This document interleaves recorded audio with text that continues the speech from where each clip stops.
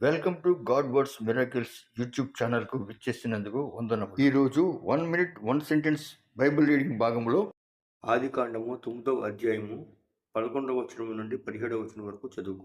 నేను మీతో నా నిబంధన స్థిరపరచుదును, సమస్త శరీర ప్రవాహ జలముల వలన ఇంకను లయపరచబడను, భూమిని నాశనం చేయుటకును జల ప్రవాహము కలుగుదని పలికెను. మరియు దేవుడు నాకును మీకును మీతో కూడానున్న సమస్త జీవరాశులకును మధ్య నేను తరతరములకు ఏర్పరచుచున్న నిబంధనకు గుర్తు ఇదే. మేఘములో నా ధనుస్సును ఉంచితిని, అది నాకును భూమికిని మధ్య నిబంధనకు గుర్తుగా ఉండును.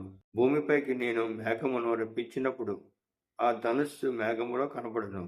అప్పుడు నాకును మీకును సమస్త జీవరాశులకును మధ్యనున్న నా నిబంధన జ్ఞాపకం చేసుకుందును.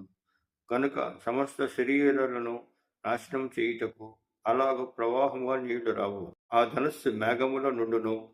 నేను దానిని చూచి దేవునికిని భూమి మీదనున్న సమస్త శరీరులలో ప్రాణముగా ప్రతి దానికిని మధ్యనున్న నిత్య నిబంధనను జ్ఞాపకము చేసుకుందునను. మరియు దేవుడు భూమి మీదున్న సమస్త శరీరాలకు మధ్య నేను స్థిరపరిచిన నిబంధనకు గుర్తు ఇదే అని నోవహుతో చెప్పి. పరిశుద్ధ వాక్యం ప్రభు ఆశీర్వదించును గాక. ఆమెన్. ఒక నిమిషంలో కొన్ని వచనములు చదువుకున్నాము. తిరిగి రేపు ఇదే సమయానికి మళ్ళీ మిగతా వచనములు చదువుకుందాం.